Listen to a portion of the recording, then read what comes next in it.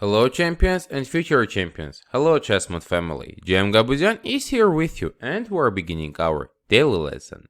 Before revealing you the topic, I will ask you guys to pause the video and think what would you play in this position for black. So the move is rook c3 and the topic is exchange sacrifice in the key square. Why are we playing this move? We are partially controlling the c-file, having active pieces. Also, we are having two very strong pawns which are helping us to control this square. When we go rook c3, we are attacking both of these pawns. So white has to take. After it takes and d takes c3, we are getting very strong, protected passed pawn. Our pieces, which were limited by this d4 pawn, now are getting activated and d3 is starting to hang. So, with an exchange sacrifice, black is obtaining a huge game, and in this video we will see different examples when it's reasonable to make these kind of sacrifices. This was the gameplay by ex-world champion Botvinnik Mikhail, and later on black is making just a very beautiful idea, so let's continue with this game. It's happening queen e3, bishop takes, rook f2, black is going queen to d4, having a very tricky calculation in their mind. The thing is, after queen d4, rook d4, bishop f1, black is able to play c2. Now rook c2 is losing due to bishop takes c2, rook d4 and bishop c5. So black is staying with an extra material. And after c2, rook c1, bishop takes and rook takes f1, black is having a crazy idea. You can pause the video guys and try to figure it out for black. Here, black played rook c4, sacrificing the second rook. Now the threat is c1. So, whenever white takes, we're just going bishop c5, pinning this rook. And the thing is, guys, that after king g2, black is just taking king f2 and playing b3.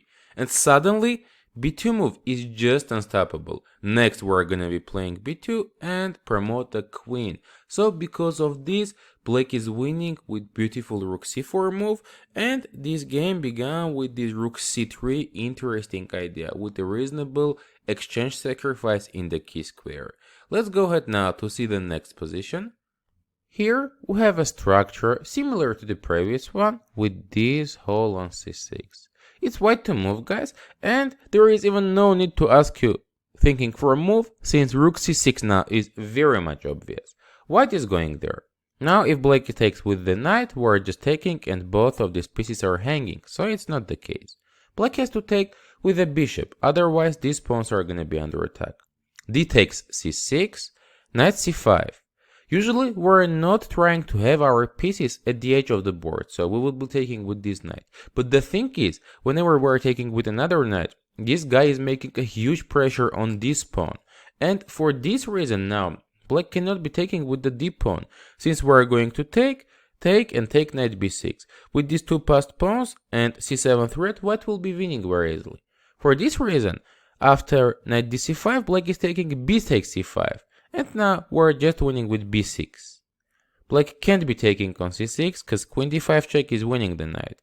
And it's happening king h8, c7, queen c8, queen b3. White is just winning with these two very strong passed pawns. Queen b7 and after bishop c4, white's position is just winning. Again, another time, with the correct sacrifice of the exchange, an important square, the side doing this is obtaining a very nice game due to strong pawns. Let's now go ahead to see our next example. Here it's white to move again, guys, and another time no need to ask you for the move. Just have in your mind one thing, that for example if it's black to move in this position, they would be playing rook e5 move, preventing white's rook e6 idea. As well, this rook is staying well, and if white takes, black will be able to take with the d pawn, so it's gonna be fine. For this reason, in this position for white, we're instantly playing rook e6.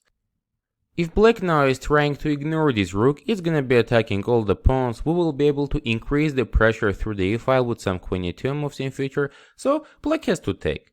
We're taking with the f-pawn, obviously. Now this bishop is getting activated, we're getting a monster square for our knight, and obviously we will be able to make a huge pressure on black king. Let me note that pawn on e6 as well is very strong protected passed pawn. It's happening.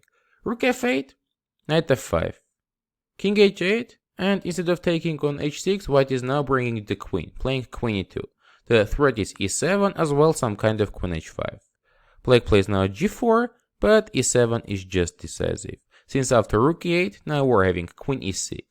This pawn is cutting queen and partially the rook from the king, and now queen f7 threat is just gonna be the final move. G takes h3, queen f7, h takes g2 check, and just king g1. Black is resigning due to unescapable checkmate. So another time with the right exchange sacrifice we have seen a very strong ideas.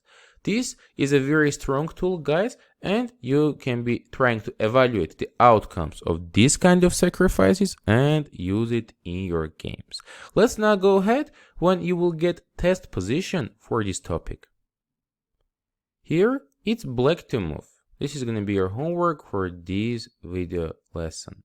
You can be sharing your thoughts and ideas, guys, in the comments section below. By the way, try not to limit yourself with a move and try to provide a whole idea. GM Gabuzyan was here with you. Thank you for your subscriptions, likes, and sharing this video with your friends. We appreciate it a lot. See you next time during our next daily lessons.